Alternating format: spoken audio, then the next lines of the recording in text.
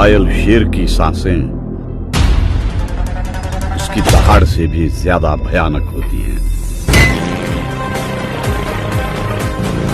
Fans के बीच superstar यश की film KGF के दूसरे पार्ट को देखने का उत्साह बरकरार है। फिल्म में यश के किरदार रॉकी को दर्शकों के द्वारा खूब पसंद किया गया था और इस फिल्म में उनका एक डायलॉग सबसे बड़ा योद्धा माँ होती आज भी लोगों की जुबान पर रहता है। हाल ही में यश ने एक इंटरव्यू के दौरान फिल्म केजीएफ 2 के बारे में कई खुलासे किए। इस बात में कोई दो राय नहीं है कि केजीएफ 2 इस साल रिलीज होने वाली बहुप्रतीक्षित फिल्मों में से एक है। फैंस सीरीज के अगले चैप्टर के खुलने का इंतजार कर रहे हैं। यश ने फिल्म केजीएफ 2 के बारे में बात करते हुए कहा कि ये पहले से ज्यादा धमाकेदार होगी। उन्होंने बताया कि केजीएफ 2 बड़े पैमाने पर रिलीज होने जा रही है। यदि आपने केजीएफ 1 देखा है तो आपको इस बात का अंदाजा होगा कि ये किस तरह की फिल्म है। फिल्म को देखने में केजीएफ 1 से 5 गुना ज्यादा मजा आने वाला है। अगर फिल्म केजीएफ की कहानी की बात करें तो ये एक ऐसे बच्चे की कहानी थी जो मुंबई की सड़कों पर पला बढ़ा है और कोलार की सोने की खानों तक अपना सफर तय करता है। रॉकी की माँ उससे कहती है कि तू कैसे जिएगा मुझे नहीं पता,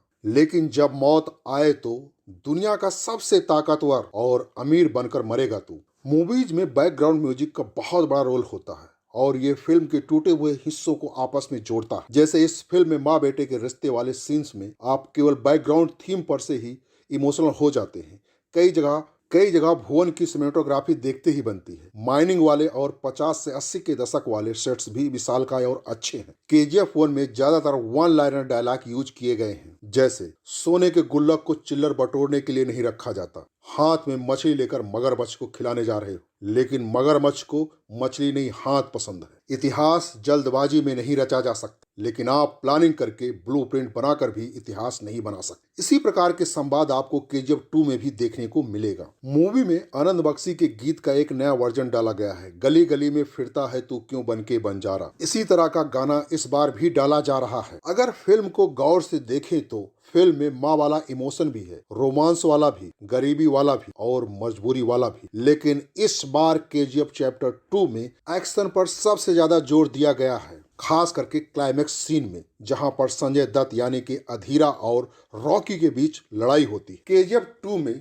जो यश किरदार निभा रहे हैं वो एक गैंगस्टर के रियल जीवन से प्रभावित है। गैंगस्टर राउडी थंगम के जीवन से लिया गया है, जिसका 1997 में पुलिस ने इनकाउंटर कर दिया था। लेकिन केजीएफ के डायरेक्टर प्रशांत नील ने अपने एक इंटरव्यू में इसे इनकार कर दिया था। परंतु केजीएफ के पोस्टर में दावा किया गया था कि केजीएफ एक सच्ची कहानी पर आधारित है। उस समय की मीडिया रिपोर्ट के अनुसार थंगम को कुख्यात चंदन तस्कर के बाद दूसरे स्थान पर माना जाता और उसे वीरप्पन जूनियर करार दिया गया। थंगम को स्थानीय लोगों का समर्थन मिलता था क्योंकि वो वीरप्पन की तरह एक रॉबिन हुड के रूप में जाना जाता। जब थंगम की मृत्यु हुई तो वो केवल 25 वर्ष का था। केजीएफ के पहले हिस्से में हमें कोलार गोल्ड फील्ड्स में अपना एक छत्र राज कायम करने वाले गरुणा की कहानी दिखाई गई। गरुणा सोने के इस खान का मालिक था और यहाँ काम करने वाले लोगों पर बहुत अत्याचार करता था। रॉकी यानी कि राजा कृष्णप्पा बैर एक गरीब घर का बच्चा जिसकी माँ पैसे की कमी से इलाज न मिल पाने के कारण मर गई थी, लेकिन उसने मरते समय अपने बेटे से वचन लिया था कि वो बड़ा होकर बहुत ताकत और पैसा कमाएगा और जल्द ही रॉकी भाई नाम का एक डॉन बन गया। उसका बड़ा होता नाम देख कोलार खान को हथियाने के लालची लोग उसे गरुणा को मारने के लिए सुपारी देते हैं। पहली बारी में फेल होने के बाद रॉकी गरुणा को उसके गढ़ में यानी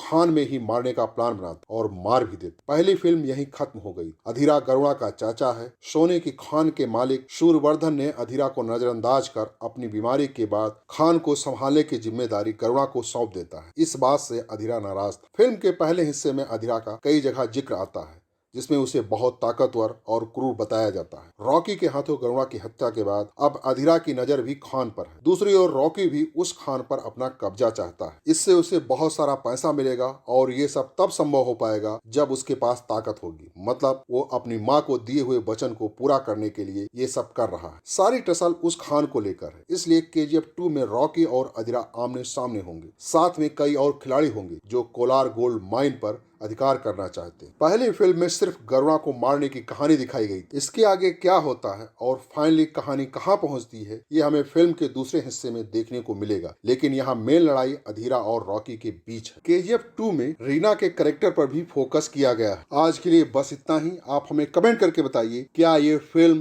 भारत की सबसे बड़ी हिट फिल्म साबित होगी।